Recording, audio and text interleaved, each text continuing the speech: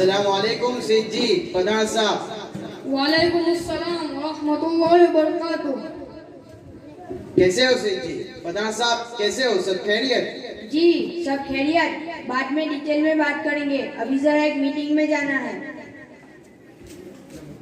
अरे सेठ जी कहाँ रूठे रूठे भागे जा रहे हो? हम लोग भी बहुत जल्दी में हैं, हमें भी बहुत लोगों से मिलना है, जरा सुन तो लीजिए। आप जैसे मौलवी से अब मुझे बड़ा डर लगता है। अरे सेठ जी हम कोई डरिंदे तो नहीं जो आप हमसे डरते हो। नहीं, बात ऐसी नहीं। कोई भी मौलाना मिलते हैं तो सेठ जी रसीद कटवा लीजिए, ज़कात में से कुछ लिखवा दीजिए, बस यही कहते हैं। जी भाईजान आप बिल्कुल सही बोले। आज तक ये मौलवी लोग मुझे भी एरा बनाकर मेरे भी करोड़ों रुपए ले गए हैं और उसका कोई फायदा भी नहीं हुआ। अरे ओ प्रधान साहब माफ कीजिएगा, मुझे तो अफसोस हो रहा है आपकी ठेस जहाँ लग पर। क्या हम मौलवियों ने आपको एरा बनाया? याद रखना ये उलमा नबियों के वारिस है, ये नबियों की तरह फक्र में जिंदगी गुजारना पसंद करते हैं और जो सवाल करते हैं वो अपने लिए या अपने बच्चों के लिए नहीं, वो मेहमान रसूल सल्लल्लाहु अलैहि वसल्लम के लिए सवाल करते हैं। सेठ जी और पठान साहब इस तरह बदतमीजी उलमा से ठीक नहीं। अल्लाह ताला ने जो आपको माल दिया है वो अल्लाह की अमानत है और अल्लाह ताला बंदों को मालदारी में भी आजमाता है कि मेरा बंदा शुक्र अदा करके उसके हुकूक अदा करता है या फिर माल की वजह से इतराने लग जाता है, फिस्को फुजूर में लग जाता है। माशाअल्लाह मुफ्ती साहब ने बहुत अच्छी बात बताई। मुझे एक आयत याद आ गई। अल्लाह ताला का इरशाद है, मौलल्लज़ी युक़रिदुल्लाह क़र्ज़न हसना। कौन है जो अल्लाह को कर्ज हसना दे तो अल्लाह ताला उसे बहुत बढ़ा चढ़ाकर अता करेंगे। लिहाजा खूब समझ लो सेठ जी और प्रधान साहब, जितना आपने अपनी जिंदगी में और खुसूसन तंदुरुस्ती के जमाने में अल्लाह के रास्ते में खर्च कर दिया है, वही आपको आपकी सख्त जरूरत के वक्त यानी अल्लाह ताला आपको कयामत में लौटाएंगे और उस वक्त आप अफसोस करेंगे, काश मैंने सारा माल अल्लाह की राह में खर्च कर दिया होता। माफ कीजिएगा मौलाना, हम अपनी जुबान दाजी पर शर्मिंदा है।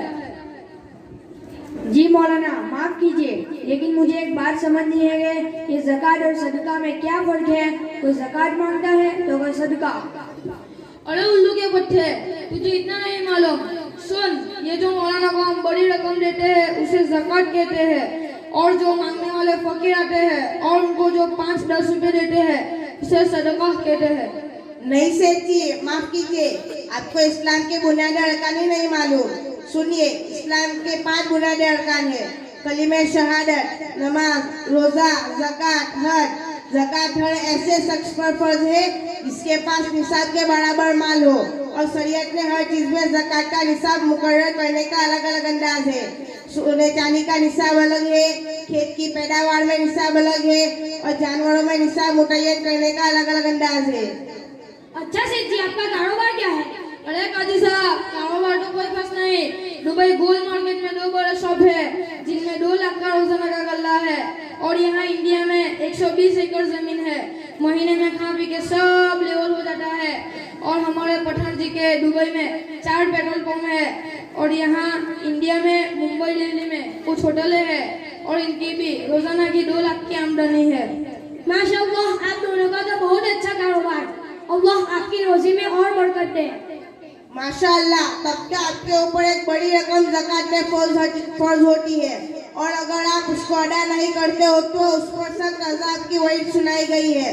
कुरान मजीद में ऐलान कर दिया गया है, जो लोग सोने चांदी को जमा करके उसको अल्लाह की राह में खर्च नहीं करते उनको दर्दनाक अज़ाब की खुशखबरी दे दीजिए। जी प्रधान साहब, ये ज़कात फुकरा और मसाकिन का हक होता है। ये गुरुबानी गमखारी का बेहतरीन जरिया है और इससे मुआशरे की इस्लाह में भी मदद मिलती है। और सुनिए, अल्लाह ताला का इरशाद है, जो लोग माल जमा करके रखते हैं और उनको अल्लाह की राह में खर्च नहीं करते, उनको कयामत में उसी सोने चांदी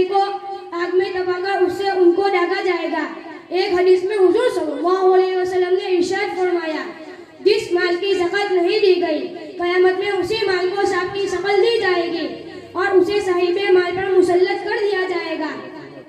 एक और हदीस में है, जो माल दरिया में या जंगल में या कहीं भी ज़ाये हो जाता है, वो ज़कात के न अदा करने की वजह से ज़ाये होता है।